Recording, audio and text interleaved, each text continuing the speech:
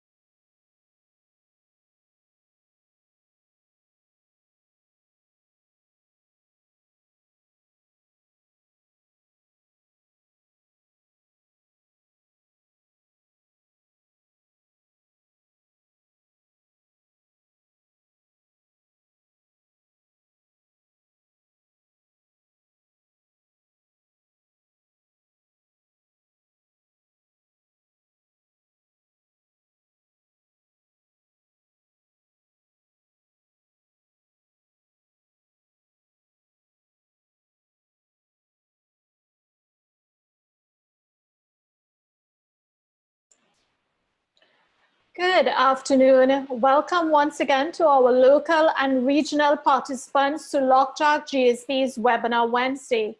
I hope everyone is doing well. I'm one of your hosts today, Nirmala Maharaj, Director International Affairs, alongside Sasha Dore, Director Organization Development and Assessment Center.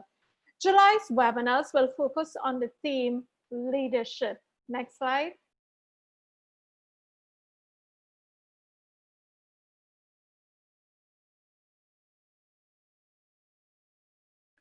As customary, we share with you a bit about Lockjack GSB and Lockjack GSB Consulting. We continue to be there for you. While our physical locations and campus remain closed, we continue to engage you virtually. Give us a call, send us a message. We will be glad to hear from you. Set up a virtual meeting to discuss your organizational development needs, or even your interest in our academic and or executive education programs. Next slide. As we get ready for our key presenter, it's customary in our webinar proceedings to share with you a little ground rule. We ask that you keep your mic on mute. You can share your questions, comments, perspectives for our presenter in your chat box. As we continue into the next slide, today's topic is principled leadership, developing a growth mindset. How do we develop a mindset that will allow us to go beyond survival to growth? Company turnaround and growth is only possible when the mindset is strongly embedded throughout the company. In this webinar, we will examine the growth mindset of leaders and explore how to systematically develop this growth spirit within your company. Our presenter is Dr. Kamla Mungal. She is the director of the Leadership Institute at the Arthur Lockjack Global School of Business. She is a lecturer in leadership, organization behavior and development, along with team development. She is a trained facilitator for the Leading Above the Line program and continues to interact with the global leadership community as a member and regular contributor to the International Leadership Association. Kamla, good day. Welcome.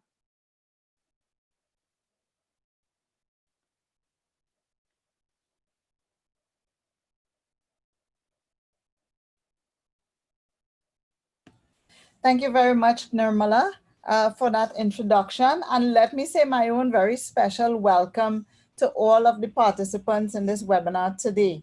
I trust that all of you are well, and not just well, but that you're seizing all of the opportunities presented by the pandemic and the rapidly changing local and global situation and realities that we are faced with. I'm really pleased that you can join us today for this webinar because it is certainly an important topic, developing a growth mindset. I want to share with you a little experience that I had right at the beginning of this webinar. Not just well, but yes. So I just want to share a little experience that I had. I once asked a CEO from Silicon Valley, I said, you know, can you cut your way, meaning can you just reduce costs and cut your way out of a crisis? And he looked at me in a very strange way, like, you know, what are you talking about? You know, are you talking about just reducing things? And I said, yes, some people have the mindset that, you know, at a time of crisis, when the company is in trouble, you need to reduce costs and keep managing and reducing costs. And he said, well, at that time, aren't you going to get to the point where you're going to sell off the tables and chairs inside of the company? Is it that you're talking about? You know, how much are you going to cut? And he really was flabbergasted by the question, and it certainly was not in his space because all he was concerned about was growth. He said, you just cannot get out of a crisis by cutting. You must be able to grow. And how do you grow? He said, well, there's a purpose for your company. Why were you set up? You're set up to achieve some things. And if you stick with that purpose, it will guide you as to what you should be doing. Certainly you should be doing things differently. and your purpose will give you guidance with respect to what that is. Basically, he was talking about having a growth mindset, and it's not just for the CEO. It is actually a mindset that has to be established within the company for all employees. So I had a little poll for you, but let's get your thoughts on the chat. Why should you praise employees? Is it A, to boost their self-esteem, to get better results, or to motivate increased efforts on the part of your employees? What would you choose? Let's hear get a couple of responses on the chat. Right, I see you're posting already.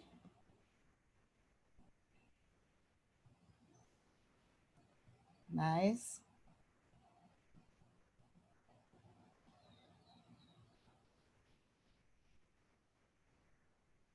Excellent. I'm following you.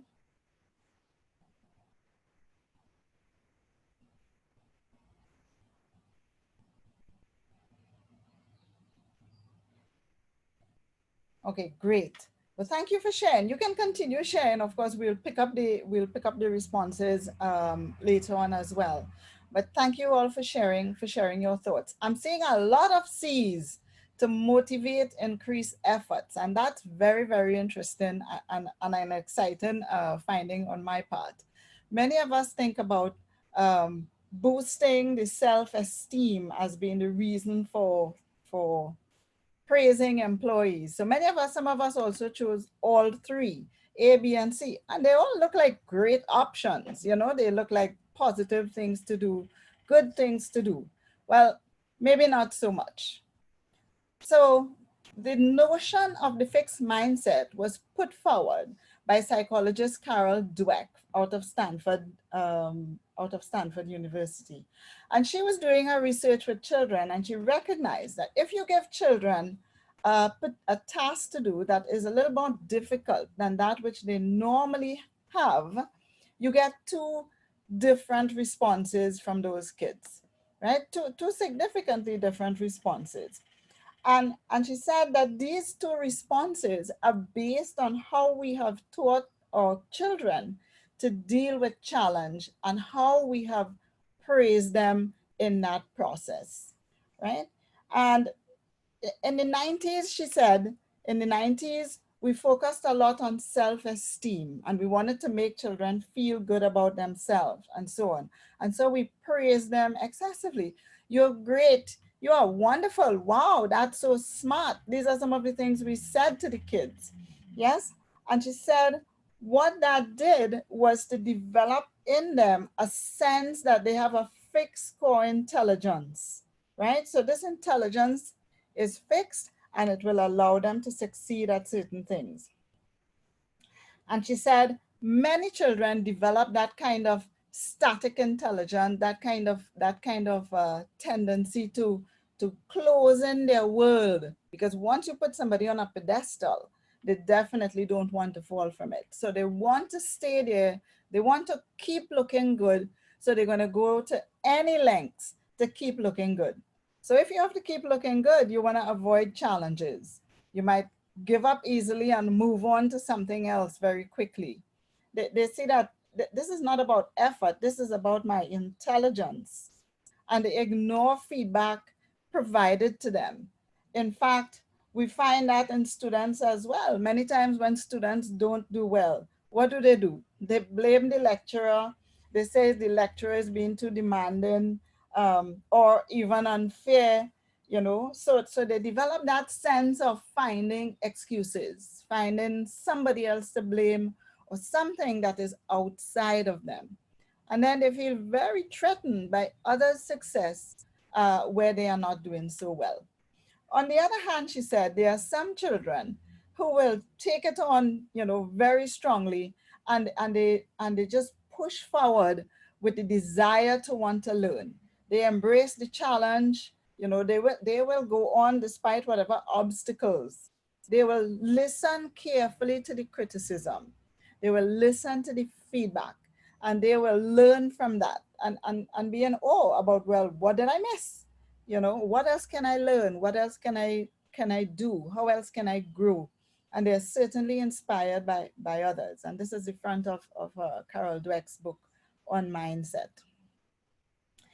And as simple as it looks, fixed and growth, this has tremendous implications for companies, as in the example I just gave. You can't grow unless you can find solutions, unless you can move forward and keep trying something else again and again, right? So our challenge as educators, our challenge as CEOs, and so on, and as parents, our challenge is to undo that sort of fixed mindset and promote a growth mindset within the company.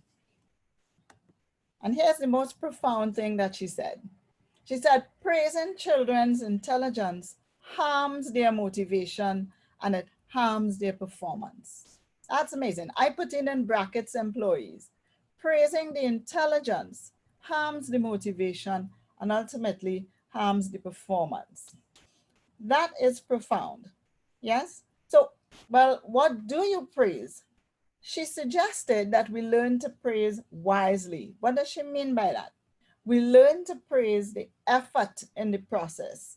So instead of saying, so you negotiated something with your employees, and I'm going to use the employees as an example here. She said, instead of saying, I think you are a skilled negotiator, you might actually try this, saying, I like how you negotiated with your employee to take on additional tasks. I thought that the sharing of responsibilities was an ethical way and a fair way in which to approach this particular challenge. And I think this would lead to our continued productivity. So what was she suggesting that we praise? We are praising the collective effort. We are praising the process, and we are praising and we are looking forward to the outcome that we want, rather than saying, wow, you are a great negotiator. Yes? So this is critical, because what we are trying to do here is to undo that hero syndrome that locks us into a fixed mindset. Yeah? The hero syndrome is about making people, putting people on a pedestal, saying that you are great, and creating heroes out of the employees. Certainly we want to herald successes. Certainly we want to recognize people, but more so we are recognizing this for a particular reason and in a particular way. That's what she means by praise wisely. And in so doing, what are we engendering? We are engendering and promoting the excitement of experiment. Let's try this. The excitement of learning, and a commitment to improving and recognizing and heralding those very small wins that are needed in order for us to push forward. So this is a very, it seems simple, but it is quite profound in the change that we need to engender and the change that we need to make in our own mindset, first of all, and therefore, and ultimately in our companies. And this is, you know, Einstein says it very clearly. He says, it's not that I'm so smart, it's just that I stay with the problems longer. So what does he have? Persistence, that continuity. I'm not gonna give up. Wow, I failed at this, it didn't work out then. Let me learn something from it. Yeah, let me learn and then I can move forward. Very, very clear. So what we consider to be great intelligence and so on really comes from that dedicated, disciplined effort to keep going, and that excitement that allows you to keep going. Mandela also said it quite clearly again, and very simply, I never lose. I either win or learn. There are only two options. I will either win, achieve that goal, or I learn something that I can apply in the process going forward. So what do we do in the company? And what do we do within ourselves? And I'll keep switching between the individual and the company, because unless you have that growth mindset yourself and you can change your own mindset, you won't be able to effect it in your company. Yes? So let's see, how do we look for the triggers? what are the triggers? And we're looking for that fixed mindset so that we can actually effect that change. In a fixed mindset, watch out for these words, watch out for this kind of response to situations. So with respect to feedback, you think, I was never good at that. I was never good at that. You know, so that feedback, it's just saying I'm not good at that and I'm going to leave it right there. Close the door. Or you get the feedback from the lecturer and the first thing you think, oh, wow, she thinks I'm a fool. She thinks I'm not smart. You know, so you're concerned about how you're looking rather than what you should be learning or what you can be learning, right? That's a very important indicator or trigger, yeah? In terms of insecurity, yeah? When we are faced with something to do, we trouble ourselves a lot by thinking these things. Well, I hope I could wow the crowd. And more importantly, what if I look foolish? You know, sometimes you're in a panel and you're thinking, well, the other people are so smart, you know, they have so many credentials behind their name. I might be the most foolish one in that panel. And so you beat yourself up over how you're going to look in the panel. And even worse, you know, you feel that I can't learn anything, I can't grow from here, and therefore for me to do better next time, I might as well cheat. All right, and if you've been following the global news, in Pakistan, they had to ground a number of pilots who actually cheated or falsified their pilot qualification because they felt they couldn't make it, right? That's how badly the fixed mindset affects us. And the ego also gets in the way. You know, there are many people bigger and brighter than me, but I want to look good, so I'm going to do something. You know, the ego can get in the way and prevent what would be your normal and best response. Yeah? So you're concerned about, I can't look good, I can't look the best if that person is there. So I'm just not going to go at all. All right? I just want to stay where I'm looking good. That's a huge concern with respect to the fixed mindset. The growth mindset, or on the other hand, looks like this, and you can see it, you can recognize it in the company. With respect to feedback, your response would be, I did not think about it like that. I did not consider that. Yes, maybe I should do it this way the next time, right? Or simply, wow, that's interesting. What can I do with it? What can I do going forward? Yes? Can I engender something else that's just like that? Can I create something that is just as interesting? So it prompts you to insert yourself in that space and take on the feedback that you're getting. Confidence. So I'm going to share my thoughts no matter what, right? And you share it authentically. And that comes from kind of putting the ego down a little bit, right? Bring the ego down a little bit and just give of yourself. People will gain something from whatever you have to give. Give it authentically and give it willingly, all right? And that confidence now in the team as well, right? So notice I have three stick figures, of course, in this slide, right? We. So it's all about we. And there's much more confidence in the team that we can do this and we can achieve that. We can do the other.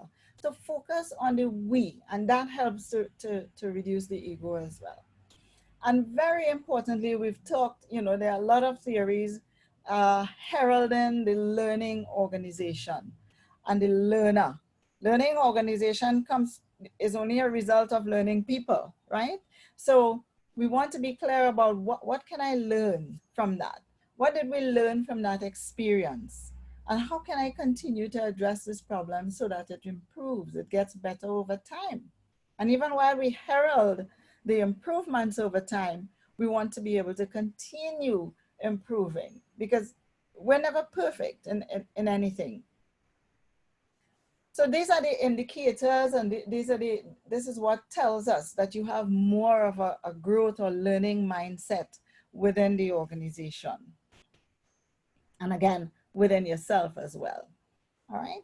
Before you go on to the next slide, I just wanted to share a comment that came with regards to praising. You know, you started Yes. the presentation on praising the child and then by extension the employee. And one of the comments came in, I understand your view on praising the child / the person on the process or efforts. However, in organizations, one is not praised for process or efforts, but for accomplishing a task or project. What sometimes happens, therefore, is companies rewarding accomplishment despite the means on how the task may be accomplished, which may include, you know, shortcuts, exploiting employees, and other types of malpractice. In another way, one could have followed great process and efforts, but might have slightly missed the mark. How does an organization reward good efforts by the employee who's doing the right things, but may not have quite accomplished the task or the price or the project or quota and so on? Right. Thank you for sharing that, Sasha. And certainly it is an important question. The status quo is what you have described, that we praise the accomplishment, we praise the outcome, we praise the product, we praise the bottom line that we have been able to hit. And that is true. However, we have found many companies also add to that. So you can make your numbers. The CEO of this healthcare organization, I can't remember the name right now, he said it like this. He said, you can make your numbers, that's fine, and you're expected to do that. However, what we recognize much more is your values. We recognize the process that you use. And so the more the CEOs herald the process and they herald the effort, the learning, what new, we've come from here to here, can we now reduce the timeline that we're going to use, that we're going to take in order to move from point B now to point C, because we're not giving up the goal. Yeah, we're not giving up the goal at all. So you don't want to, what happens in organizations such as you've described, where you tend to be focused on the bottom line only, you cultivate fear. You cultivate competitive behavior and very often unethical behavior. And when that happens, you're really on a decline, yes?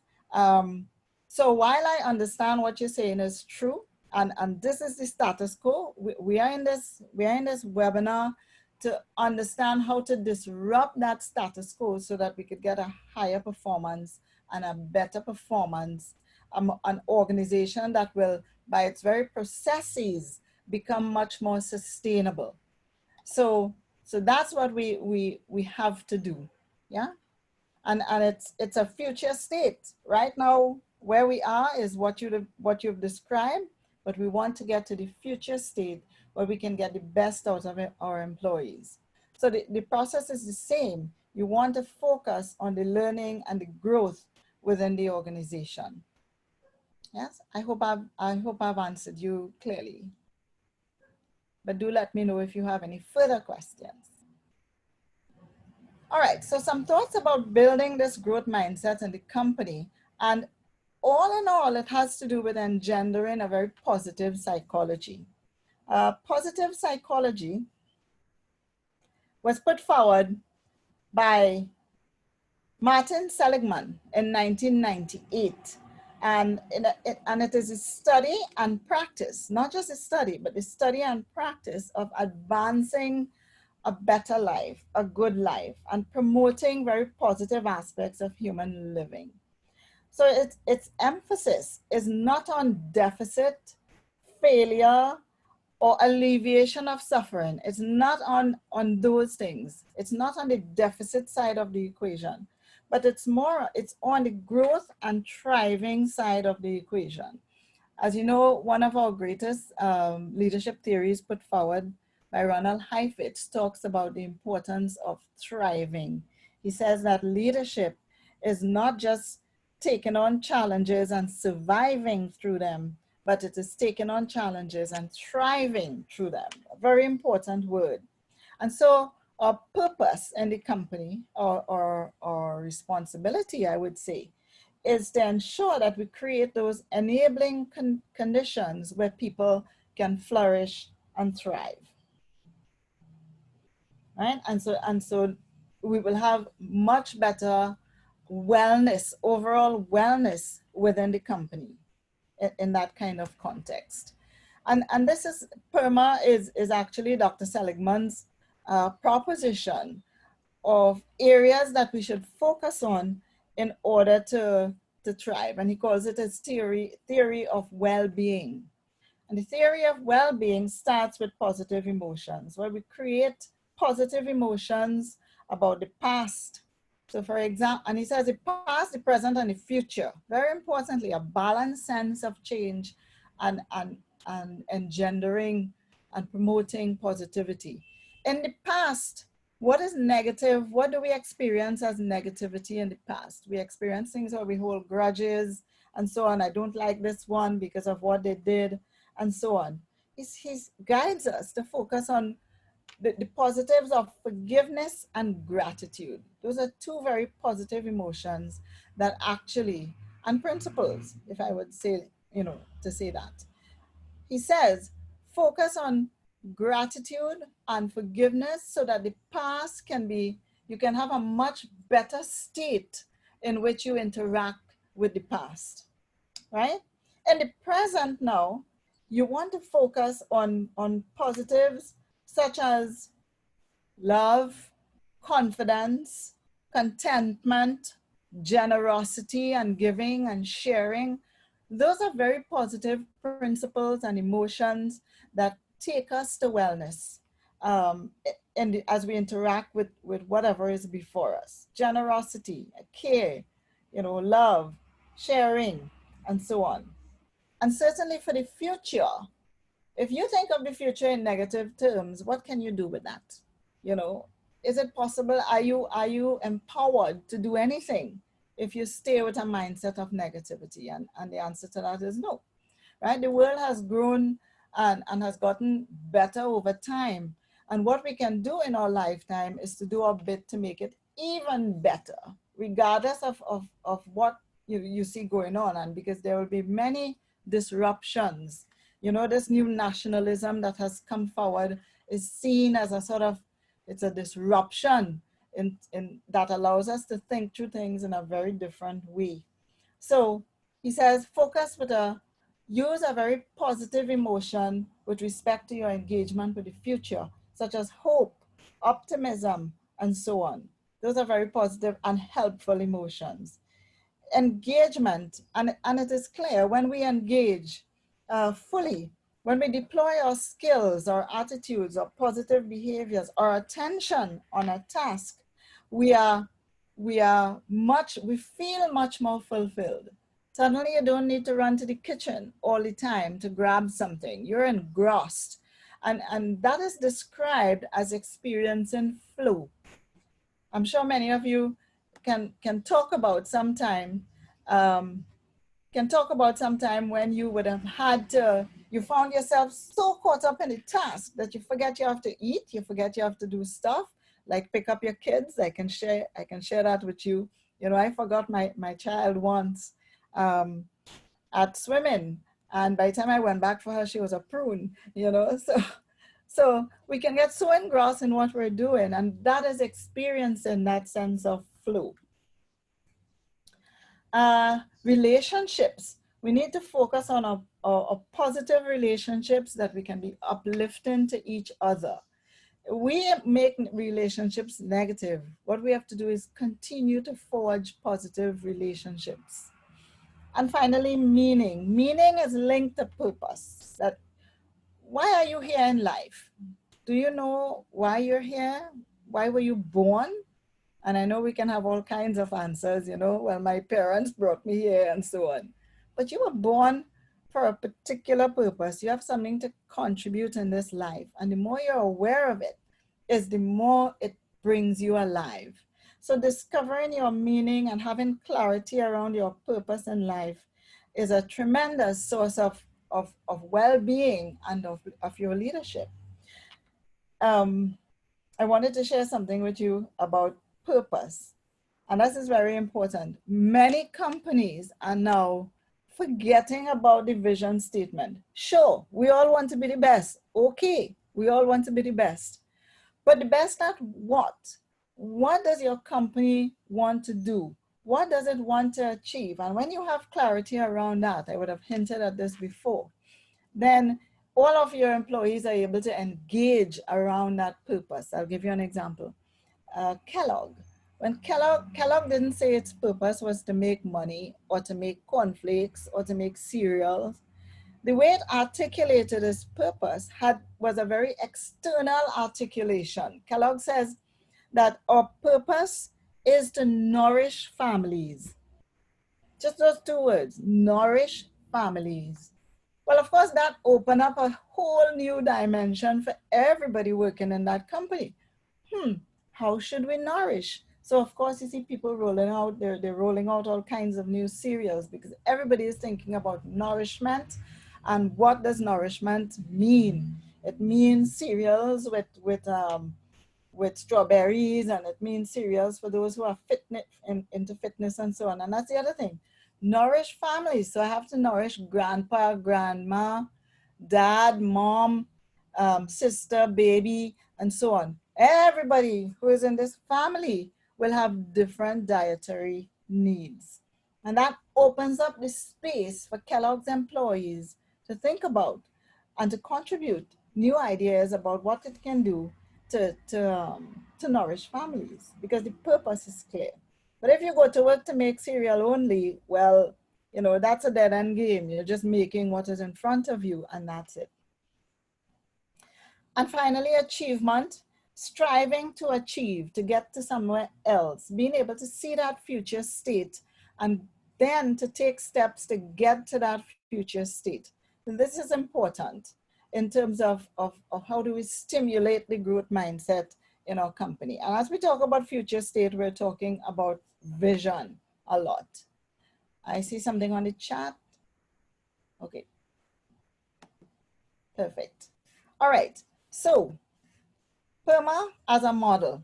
And I'll just talk about a couple more things that I think are very important in the company. The way we reward people, and the person before, the comment that Sasha raised has to do with this. You know, what do we reward in a company? And what we should reward is the learning and the collaboration. So HR is very important to this whole process. HR is important to this process. So be careful what you reward. You know, reward the process, the team, yes, the goal as well. But very importantly, don't bring in a culture of blame and deficit, right? The culture of blame is a culture that stymies your progress. So don't look to blame. If you take a simple tool, like, you know, you might not be familiar with the Ishikawa diagram, you know, cause-effect diagram that goes with the 5 whys and so on. That process helps you to focus on the system. So where is there a failure in the system rather than a failure with persons? You know, like, but very often we go straight to the person. You know, we want to shoot and say, see, that person bring down the whole team, or that person caused this, and that person caused that. Nowhere in the organization tools tell us blame the person, yet we do it. So from the time that comes in your head, you know, that's something you have to undo in order to really optimize the tools, because those tools are built on very positive practices. So you want to remove that culture, and you want to remove that tendency or mindset if that is with you.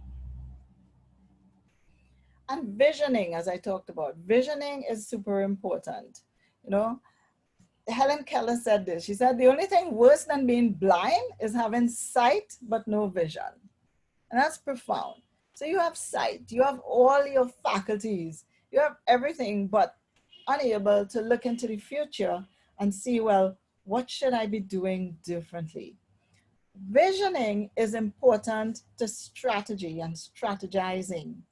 Having a very compelling, clear vision is important in any company, because that's where we want to go. There's no company that's built on going backwards. companies are built on going forward, improving some situation, improving something, and then moving forward again, finding another problem to solve. As Google says, you know, their job is to find the best problems to solve continuously. So as you figure out one, you move on to the other one. And vision is super important in this regard. So, and just a couple more people who've talked about vision. And Abdul Kalam said, dreams is not what you see in sleep. It is the thing which doesn't let you sleep. Yes? Many of us use the term, what keeps you up at night?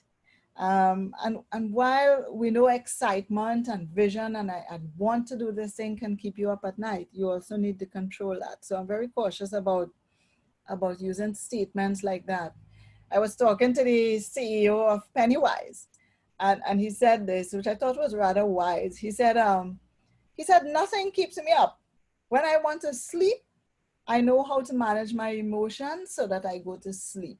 I get my rest, and when I wake back up again, I go again with the same passion and excitement. And that is tremendous emotional mastery that we also need to cultivate in this process. So I will not encourage you to keep yourself up at night. Absolutely not. And Elon Musk said, you know, if you think about the past and you think about what we have today, it looks like magic, right? You know, the things that we do today, being able to talk to people and see people over long distances. Even in my day, that was just an impossibility. The phone was a big thing for me, the rotary phone, being able to talk to somebody. I never thought in my wildest dreams that I would have been able to see people, over any distance, and we'd be able to communicate like if we're right there in the same place, to transmit images, flying and so on. The amount of data that we had. In my day, it used to be, you go in the library and you thumb through those physical journals and you find an article. Now it's right at your fingertips. Never would have thought.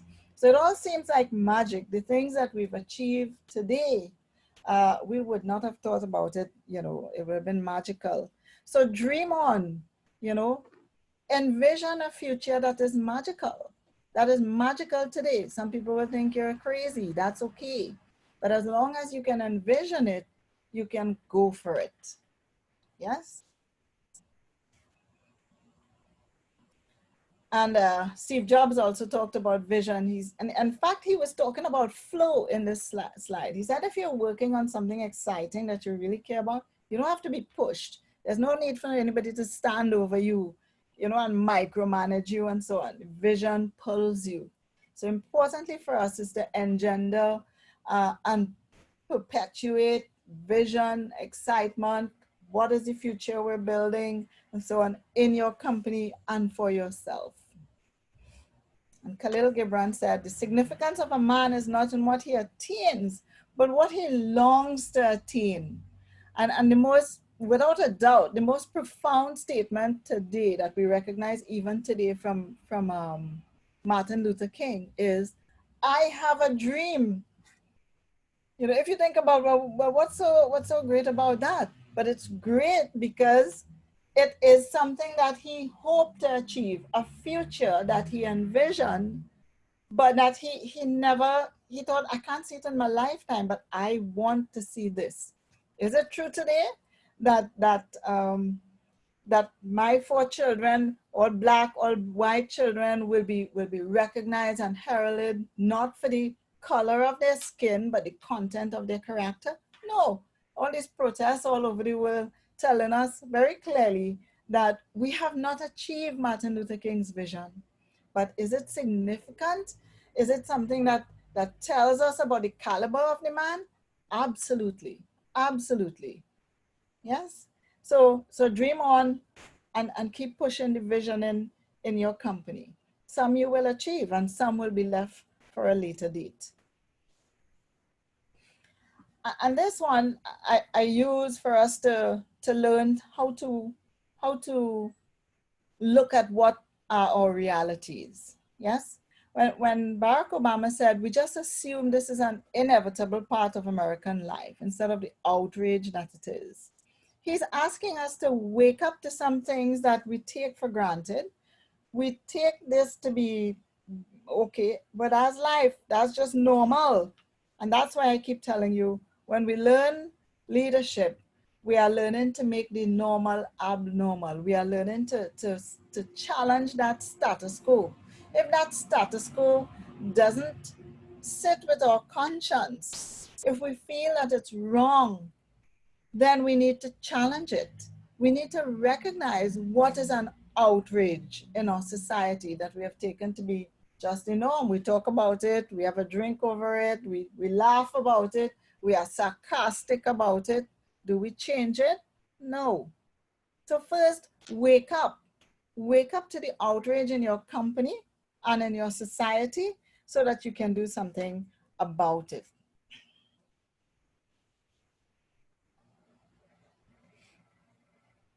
So essentially, he's guiding us to make the normal abnormal. See that thing that you consider to be normal?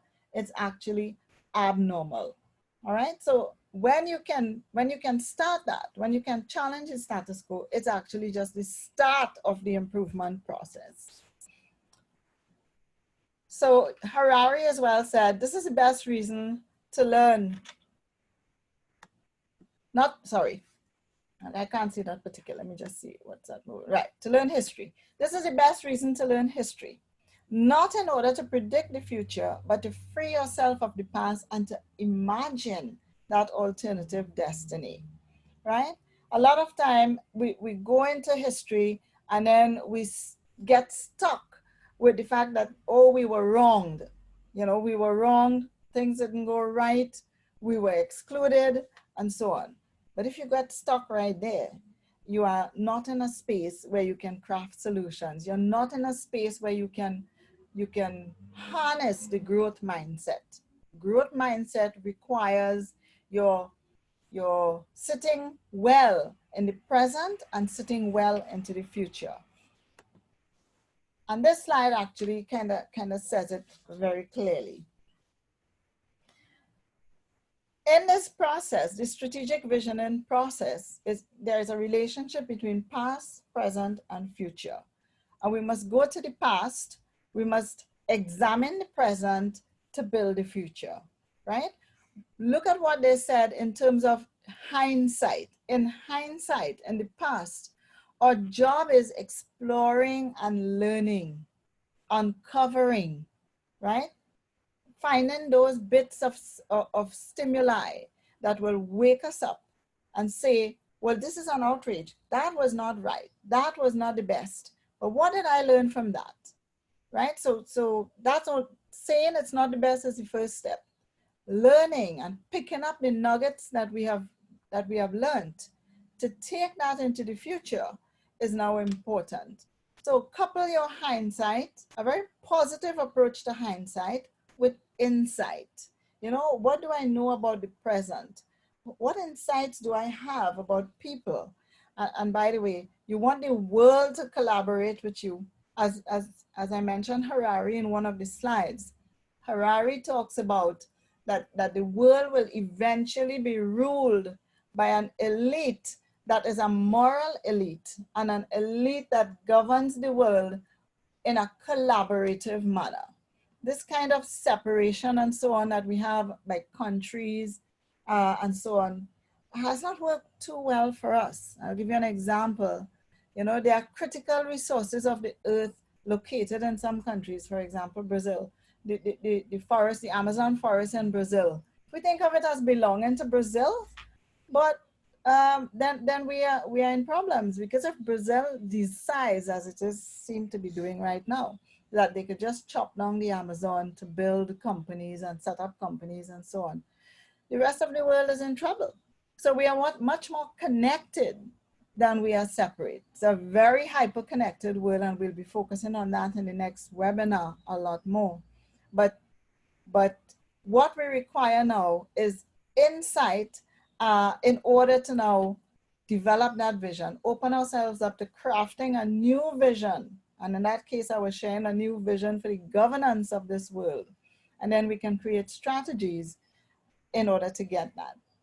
So developing, you know, in conclusion, I just want to say developing a culture of blame and locating yourself in the past is really dangerous and helps you to get locked into that fixed mindset. Do you want to open your mindset? Do you want to create that culture in your company? You really have to be looking forward, and you really have to be focused on learning and process and growth, you know, and we can all do it. We learn so that we could discard the past, we could discard the habits that we've had of the past, and we can forge new habits that will take us into a better future. So thank you very much for listening. And I don't know if you have questions. I'm going to look at the chat.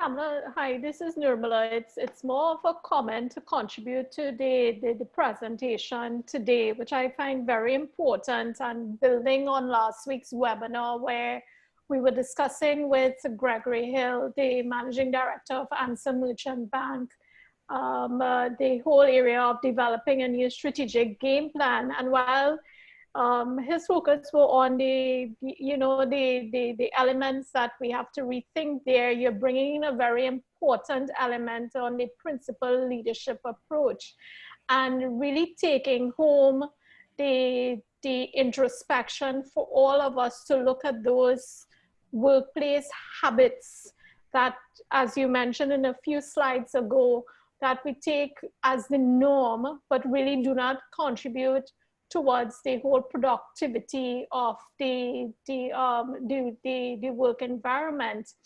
And I just wanted to just bring that to the fore, that, you know, which I shared in this little article there that I came across by Michael Woods, and the whole area of really understanding what are our norms that do not contribute to the whole positivity is really something that we got to sit back and, you know, take a little time to say, you know, this is one thing I'm going to work on and to give up. And by that stepping stone, we will be able to make a difference. So you're looking at it from the macro level. Yes, leadership needs to put on the values and the vision statement and the shared values. But what is also saying at the individual level, you too need to do your part in there. So I just wanted to bring that insight into the whole conversation for us. And I don't know if you have anything further to add to what I'm sharing as well. No, I do agree. You know, we one of the things as we focus on the present, yeah, we really want to be able to agree on what are the realities that we're living with today, but that we can change and we must change. Yes, yeah. So you know, make them very hard and state them very clearly that this is what we are going to change. This is what doesn't work for us, and we need to get rid of it. Yeah. Mm-hmm. All right. So I'm not sure if our participants have any further questions. Vindra, I'm not sure, Nirmala, will they be getting the slides? Let me ask Sasha to join us at this point in time. Sasha? And the answer to that would be yes. Let me just say yes.